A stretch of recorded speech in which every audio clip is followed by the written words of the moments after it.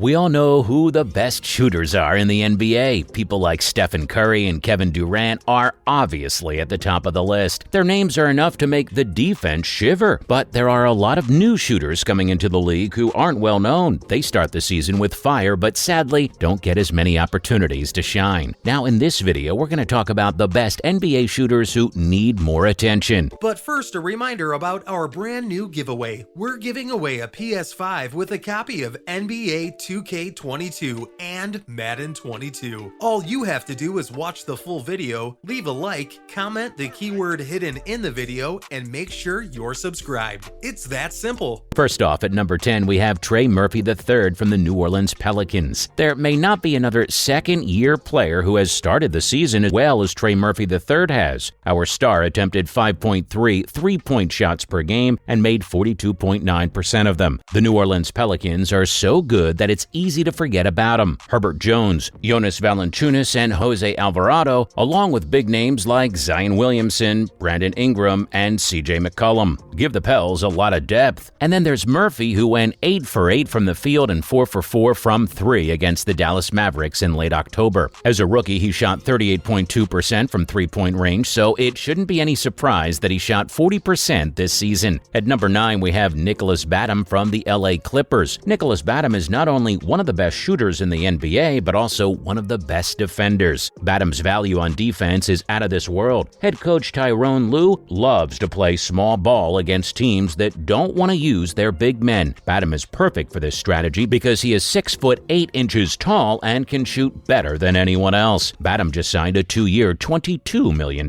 contract that's fully guaranteed because he has shown what he can do. Even though Batum deserved to get paid, the LA Clippers got a great deal with this deal. But Batum on the team was a big goal for the Clippers this offseason. Nicholas Batum will play a big part as the LA Clippers start the most important season in their history. He'll be expected to have a great impact on both ends of the court and to help the Clippers' youngest players get better. Batum is a big reason why Terrence Mann and Brandon Boston Jr., both whom were picked in the second round, have been able to do so well. At number 8, we have Klay Thompson from the Golden State Warriors. Klay Thompson is known to be one of the best shooters in the league's history, and he has shown that he is the most dangerous catch-and-shoot player since Reggie Miller. Klay's ability to get hot with a few dribbles has us imagining an offense that is all about him. We're sure he would do better than his averages of 19.5 points, 3.5 rebounds, and 2.3 assists for his career. Next up at number 7, we have Sam Hauser from the Boston Celtics. Sam Hauser might be the Boston Celtics' best pure shooter. He never had a season in college where he shot less than 40% and made 43.9% of his three-point shots over the course of his career. Last season, he played 10 games in the G League. On average, he took 9 shots from a three-point range per game and made 43.3% of them. Now this season, he's making 47.9% of his three-point shots. If Hauser's in the game, he'll take shots and most of them will go in. At number 6, we have Luke Kennard from the Los Angeles Clippers. Luke Kennard is the best underrated shooter in Los Angeles and maybe even the whole league, but he isn't even the best-known shooter on his team. Last season, he shot a career-high 44.9% on 6 three-point shots per game, which was the best in the league. This brought his career percentage to 42.5% as Paul George and Kawhi Leonard get more playing time. You can expect his attempts to go down a bit this season. Still, he'll get more open looks when he's on the floor with them and a distributor like John Wall. Even though it's still early in the season, he's already made 47.9% of the three-point shots he takes per game. Kennard is dribbling the ball more and going for hard closeouts. The fact that he can't shoot well will help the Clippers a lot in their quest to win a championship. At number 5, we have Paul Millsap from the Philadelphia 76ers.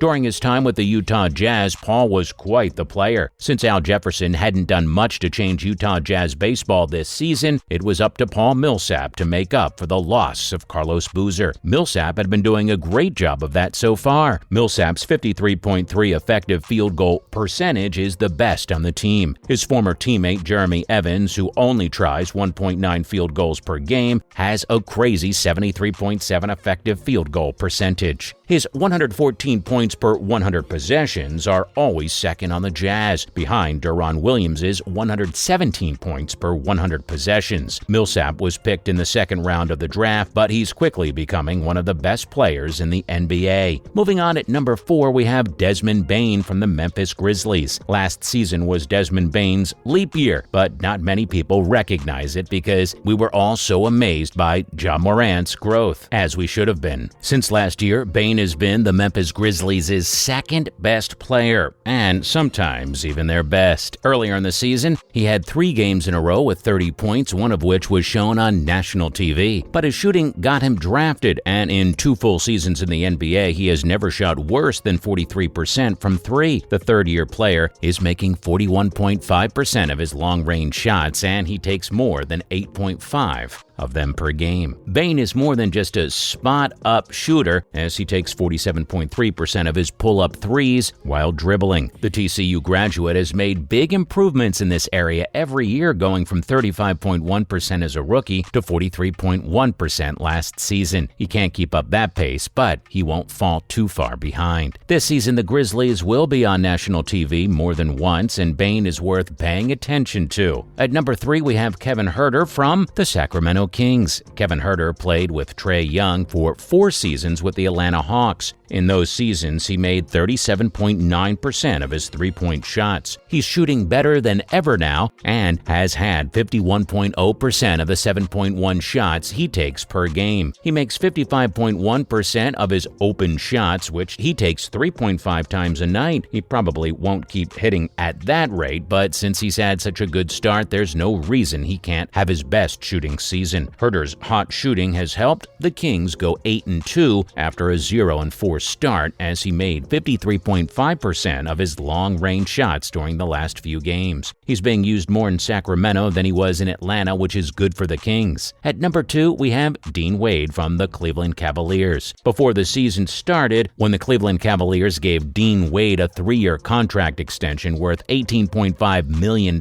many fans asked, who? Wade has already shown why he got that contract. This season, he has shot an amazing 50% from long range. Teams won't use him much because Donovan Mitchell, Evan Mobley, Darius Garland, and Jarrett Allen are so good. That means there will be a lot of open shots for Wade. He has to make them pay for their defenses. So far, he has, since most of his shots this season have been wide open, 3-pointers. He hits 66.7% of the time when he has a lot of room. No one thinks Wade will shoot more than 50% from 3-point range this season, but if he can stay around 40%, the Cavs' new contract will look like a great deal. Finally, at number 1, we have Bones Hyland from the Denver Nuggets. In his second NBA season, Bones Hyland is off to a great start from the deep. His role as a spark off the bench is helped by the fact that he makes 46.6% of his 3-point shots on 6.6 tries. That probably won't last, especially since he only made 36.6% of his long-range shots in his first season. But in his first 2 years at VCU, Hyland shot an average of 39.9% from beyond the arc. It's one of the main reasons why the Denver Nuggets picked him. The 22-year-old can shoot from behind the 3-point line and make 48.4% of those shots. He can also be a threat to score off the dribble, where he makes 46.2% of those shots. Hyland can play off Jamal Murray to attack the other side, or they can put him on the floor with Nikola Jovic, who can find him when teams try to double the 2-time MVP. If the Nuggets are going to live up to their high hopes, Hyland will need to make about 40% of his 3-point shots, and the way he's going, this goal doesn't seem too far off. Well, that's all for this video, so which player is your favorite among these? Did we miss any on our list? Let us know in the comments below. Also, don't forget to like this video and subscribe to our channel for more exciting content in the future. Thanks for watching, and we'll see you in the next one.